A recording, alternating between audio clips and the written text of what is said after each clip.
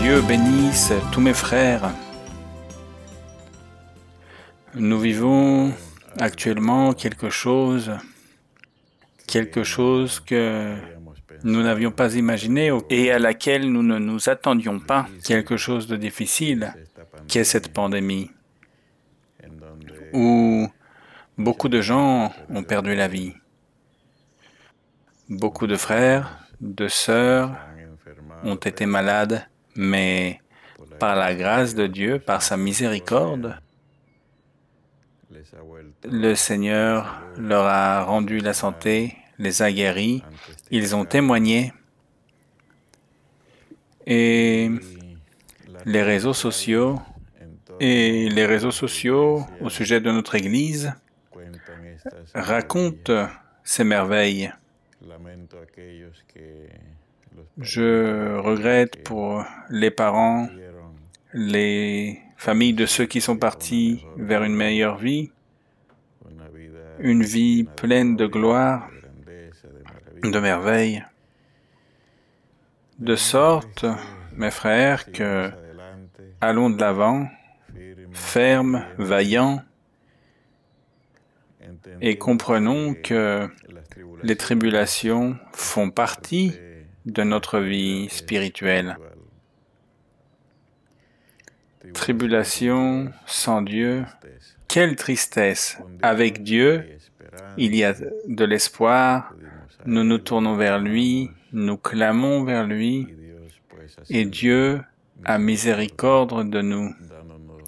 Il nous donne des réponses, il nous donne des solutions, il nous donne espoir. Nous lisons dans Apocalypse que Dieu nous a amenés pour être éprouvés comme l'on éprouve l'or, et pour que l'or soit bonne qualité, de l'or très pur, et pour que cet or soit très pur, il doit être passé par beaucoup d'épreuves, par le feu, par la massue, ensuite par le feu à nouveau, jusqu'à ce qu'il soit très pur. Pour que soient accomplies ces paroles de notre Seigneur, que son peuple soit son vrai trésor sur toute la terre. C'est ce que produit la tribulation. En lisant la Bible, je ne trouve pas un seul personnage, un seul patriarche, un seul prophète, un juge, un prêtre de Dieu qui n'ait vécu de situations difficiles. Ils ont même vécu la mort. Et l'apôtre Paul, quand il parle de toutes ces grandeurs dont il parlait, il disait que c'était dans un vase d'argile où il avait été persécuté, fouetté, mis en prison. Il a vécu beaucoup de situations très difficiles. Mais ces tribulations, à travers ces tribulations, nous montrons loyauté, fermeté, conviction, et à travers ces tribulations se développe l'homme intérieur qui s'affirme jusqu'à devenir une maison bien bâtie sur le roc, bien cimentée sur la roche. Une maison qui soit frappée par la tempête, par les vents, ne tombera pas parce qu'elle est fondée sur le roc. Ceci est le cœur que Dieu désire.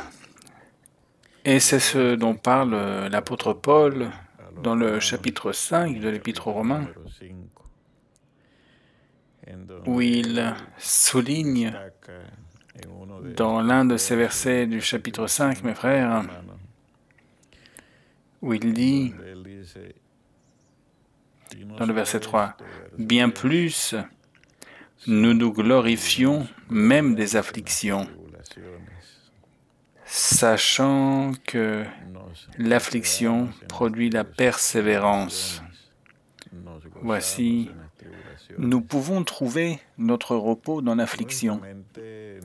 Effectivement, bien entendu, il ne s'agit pas de rigoler de ça ou d'en rire, mais oui, le cœur de ceux qui l'aiment savent qu'il y a espoir.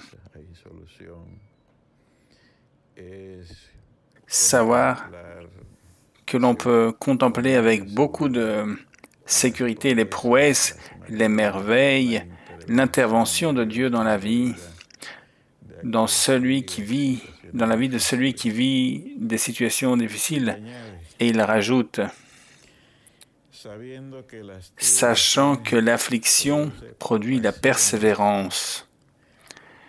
La persévérance, la patience et l'espoir pour attendre Dieu, comme c'est dit dans le psaume 40, attendre avec patience, avec espérance. La patience est une vertu, est un fruit,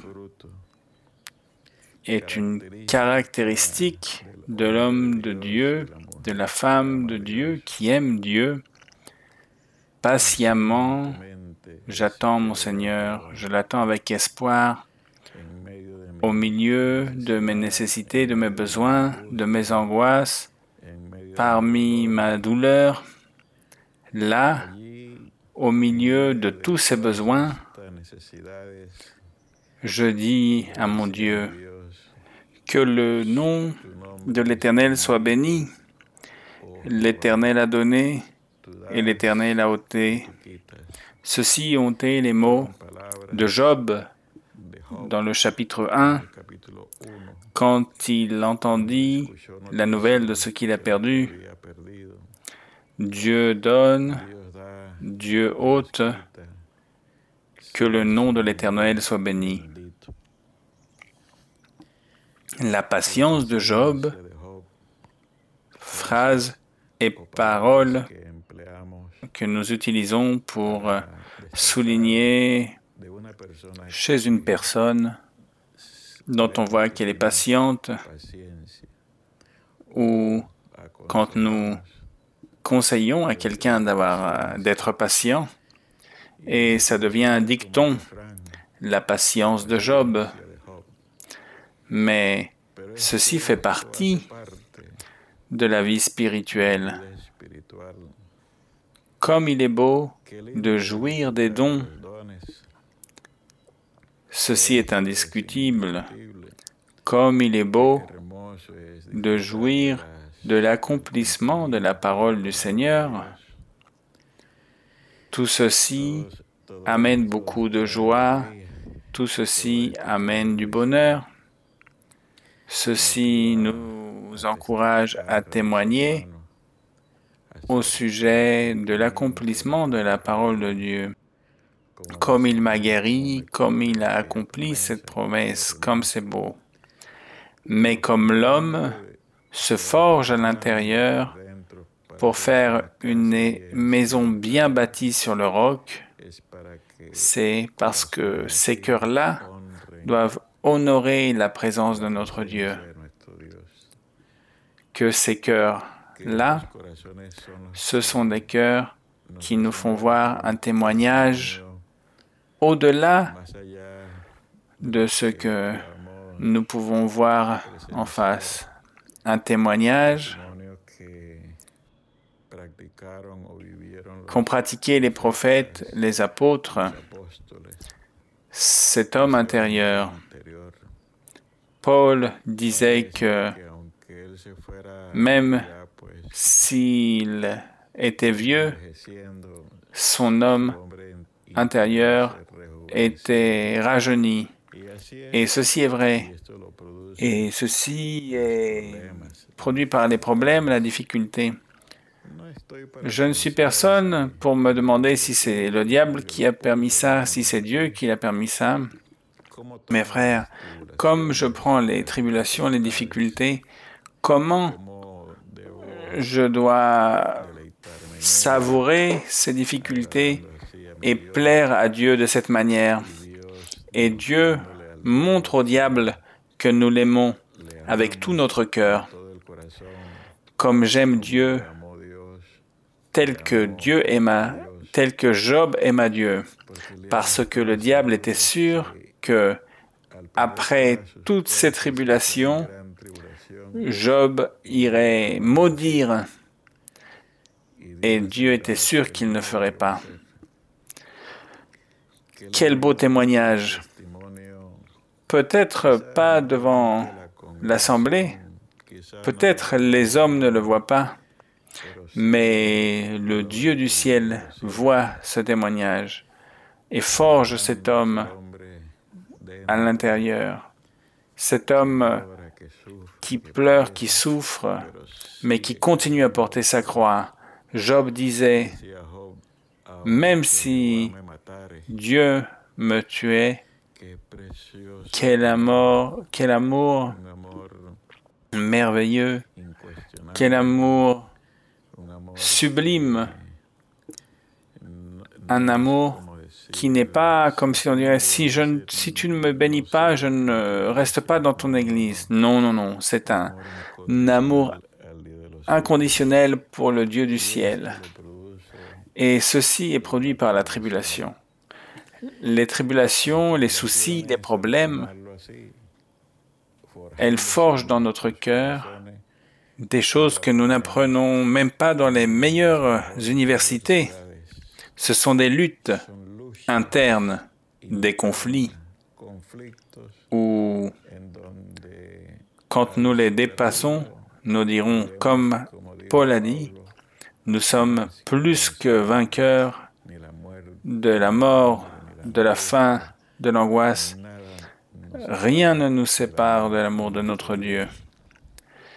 Il est dit dans le chapitre 5 de l'Épître aux Romains, verset 4, la persévérance,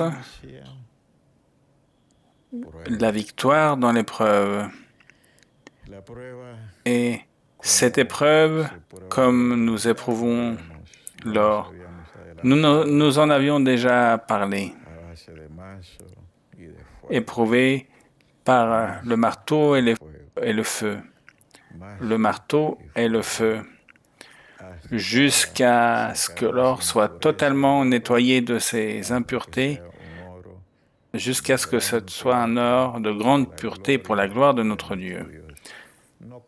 Non pas du cuivre, non pas un cœur de cuivre, mais un cœur d'or.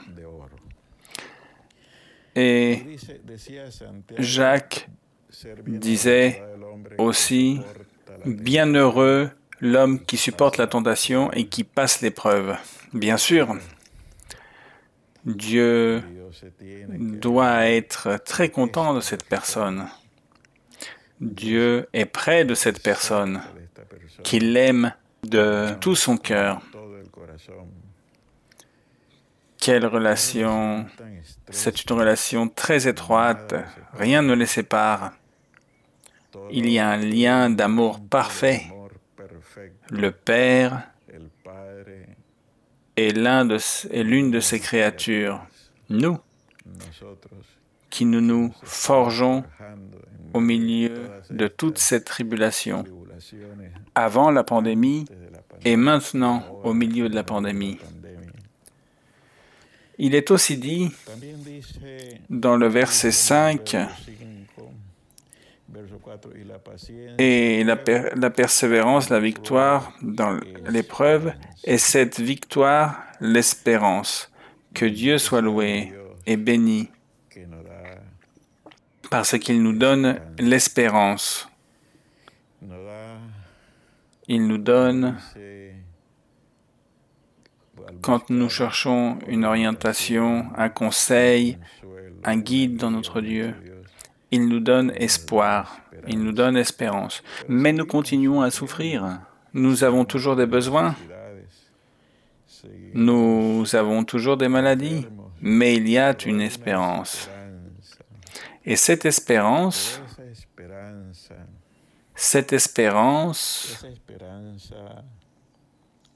comme le soulignait Paul, dans le chapitre 10 aux Hébreux, cette espérance se convertit en une grande bénédiction de notre Dieu. Comme il est beau d'attendre, d'espérer dans le Seigneur. Vraiment, le Seigneur attendit, mais il finit par accomplir. Et il est dit dans le chapitre 10 des Hébreux, de l'Épître aux Hébreux, dans le chapitre 10, verset 36, « Car vous avez besoin de persévérance, afin qu'après avoir accompli la volonté de Dieu, qui est de l'aimer avec tout votre cœur et de ne pas pécher, de vous éloigner de tout mal. » La fin du verset 36 dit « Vous obteniez ce qui vous est promis. » Si vous êtes malade, quand toutes les portes sont fermées, tout est fermé, Dieu m'a donné un espoir, Dieu m'a donné une espérance. Quand je pensais que j'allais tout perdre, Dieu m'a donné un espoir. Il m'a parlé, il m'a dit des paroles. Il m'a encouragé à travers ces paroles. Il m'a donné de la joie à travers ces paroles. Ces paroles sont un baume. Ces paroles, comme le cite dans le psaume 119, où je vous rappelle, « J'ai attendu l'Éternel avec persévérance. » Comme il est beau d'avoir cet espoir dans le Dieu du ciel. Nous ne sommes pas seuls. Qui a dit que nous étions seuls? C'est que le diable veut que nous pensions que nous sommes seuls et que toutes les portes et toutes les opportunités sont fermées. Non, non, le Seigneur est à notre droite. Il est comme notre ombre. Il est là. Et un verset dans le psaume 119 dit « Souviens-toi de ta promesse à ton serviteur. » Souviens-toi, mon Seigneur. Souviens-toi que tu m'as donné espoir, que les choses allaient avoir une solution, qu'il y aurait des changements, que tu me donnerais de ton esprit, de ton pouvoir, que tu me guérirais, que tu changerais mes êtres chers, que tu les transformerais et que dans l'agonie, dans le dernier instant, tu m'as donné de l'espoir, de l'espérance. Souviens-toi, nous lisons dans le verset 49, psaume 119, « Souviens-toi de ta promesse à ton serviteur, puisque tu m'as donné l'espérance. » L'espérance en Dieu. Les gens se moqueront, critiqueront peut-être, mais moi, je placerai mon espérance en Dieu. Lui, parfois, m'éprouve. Il veut forger mon cœur, faire de moi l'un de ses vainqueurs, l'un de ses vaillants. Je vous rappelle, mes chers frères et sœurs, que dans le chapitre 2 d'Apocalypse et dans le chapitre 3, quand il fait référence aux églises, il dit à chacune des églises, à celui qui vaincra, à celui qui vaincra. Le règne du Seigneur est pour ceux qui sont forts et vaillants, pour celui qui vainc. Et il est dit aussi dans le verset 50, « C'est ma consolation dans ma misère, dans mon affliction, dans ma douleur. Ceci a été ma consolation. Ta parole a été ma consolation, mon Seigneur. Quand je lis ceci, je me souviens de ce personnage qui a dit au Seigneur, « Dis la parole et mon serviteur sera guéri. » Et c'est de cette manière dont nous arrivons à l'Église de Dieu ministérielle de Jésus-Christ international, pour que Dieu nous donne ses paroles au milieu de nos afflictions. Et c'est là que nous avons cette ferme espérance au milieu de la patience, de la persévérance, au milieu de l'épreuve. Dans cette espérance, nous allons obtenir les bénédictions. Que Dieu soit béni, qu'il soit loué notre Seigneur qui a déversé, comme dit Paul aux Romains, sur nos cœurs l'Esprit Saint. Que Dieu soit béni.